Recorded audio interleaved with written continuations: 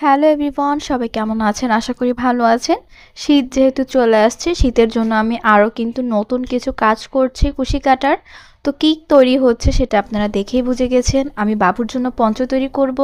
আর আজকে পঞ্চ তৈরির পার্ট 1 শেয়ার করছি, পার্ট 2তে বাকি কাজ শেয়ার করব। এখানে আমি মিল্ক কটন 3 প্লাই উল নিয়েছি আর সাথে একটা নেপালি উল সুতা নিয়েছি, যেটা আমার হাজবেন্ড এনেছিল। বেশি আনতে পারেনি, বেশি আনলে হয়তো অনেক ভালোই হতো। আর কাঁটা ব্যবহার করেছি 4 mm বা 3.5 mm, ঠিক আছে। আর আমি যেই কাঁটাটা ব্যবহার করেছি এখানে 11 নম্বর দেওয়া, কিন্তু 11 নম্বর হলেই কি, কিন্তু আপনারা 3.5 দিয়ে এই সুতার কাজটা করতে পারবেন। দেখুন, প্রথমে আমি একটা স্লিপ নট করেছি, স্লিপ নট করে 4টি চেন করেছি, 4টি চেন করে 1 নম্বর চেনের ঘরে আমি একটি ডাবল ক্রোশ করেছি।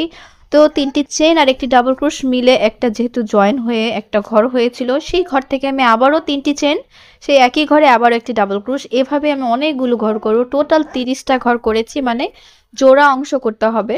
আর আমার বাবুর বয়স যেহেতু 2 বছর, তো 2 বছরের হিসেবে আমি ঘরগুলো করেছি। আপনারা যদি আরও বড় হয় সেই হিসেবে আপনারা ঘরগুলো বেশি করে নেবেন বা আরও ছোট ছোট করে নেবেন। কারণ দেখেন, আমি ফার্স্টে যেই ঘরগুলোতে শুরু করেছি সেখানে এসে লাস্টে জয়েন করে দিয়েছি। এখন এই ফাঁকা ফাঁকা যে ঘরগুলো, এই ঘরগুলোতে আমি 3টি চেইন করব, 2টি ডাবল ক্রোশ করে কাজ করব।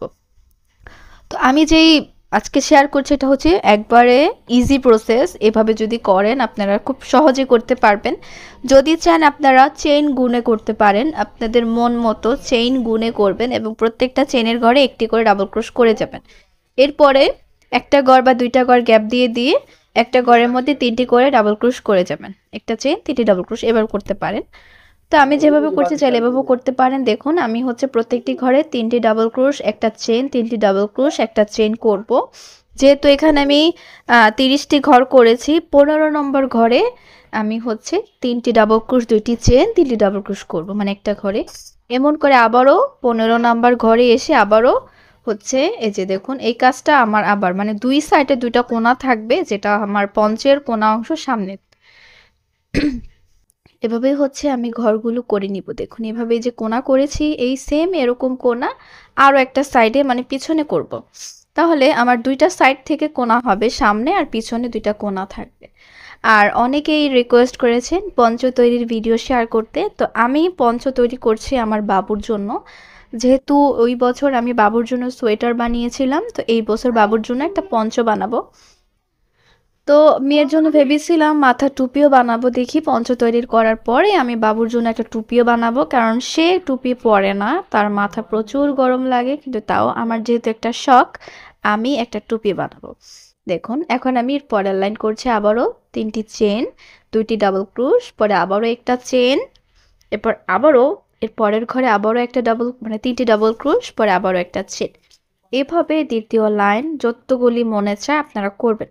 তো আমি যে পঞ্চটা, এটা আমি 2-3টা কালার দিয়ে আজকের এই পঞ্চর ডিজাইনটা করব। আর পঞ্চের মেন যেই ডিজাইন সেটা আমি ছবিতে শেয়ার করে দিব, যে আমার পঞ্চ তৈরি করার পরে ডিজাইনটা কেমন হবে। ঠিক আছে, আপনারা থাম্বনেইলে দেখতে পারবেন। আর যারা আমার ইউটিউব থেকে দেখছেন তারা অবশ্যই চ্যানেলটি সাবস্ক্রাইব করে দিবেন। আর যারা আমার ফেসবুক পেজ থেকে দেখছেন তারা পেজটি ফলো দিয়ে লাইক কমেন্ট করে দিবেন। আর যারা টিকটক আইডি থেকে দেখছেন তারাও লাইক শেয়ার কমেন্ট করে দেবেন। ঠিক আছে, এরপরে আপনারা কেমন ভিডিও দেখতে চান সেটাও আমাকে কমেন্ট করে জানাবেন। তো অনেক দিন ধরে কিন্তু উল সুতার কোনো কাজ বা কুশি কাটার কোনো কাজ শেয়ার করা হয় না। দেখুন, এভাবে একটা গলা হবে। তো এভাবে আস্তে আস্তে কিন্তু গলাটা মোটা হয়ে যাচ্ছে। ঠিক আছে, দেখুন এভাবে আস্তে আস্তে এখন আমি আরও একটা ডিজাইনে মানে আরেকটা সুতা এখানে দিচ্ছি। আমি এখানে হালকা বেগুনির মধ্যে সুতা দিয়েছিলাম। আর আমি যে মিল্ক কটন যে উল সুতার কাজ করছি, এই সুতাগুলো এনেছিলাম আমার বাবু হওয়ার আগে। তখন ভেবেছিলাম হয়তো আমি অনেক রকমের কাজ করতে পারবো, কিন্তু আসলে অসুস্থের কারণে করতে পারিনি। তো এখন একটু একটু করে এই সুতাগুলো দিয়ে কাজ করে যাচ্ছি। বাকি কাজটা এর পরের পার্টে শেয়ার করব। সবাই ভালো থাকবেন, সুস্থ থাকবেন। আল্লাহ হাফেজ।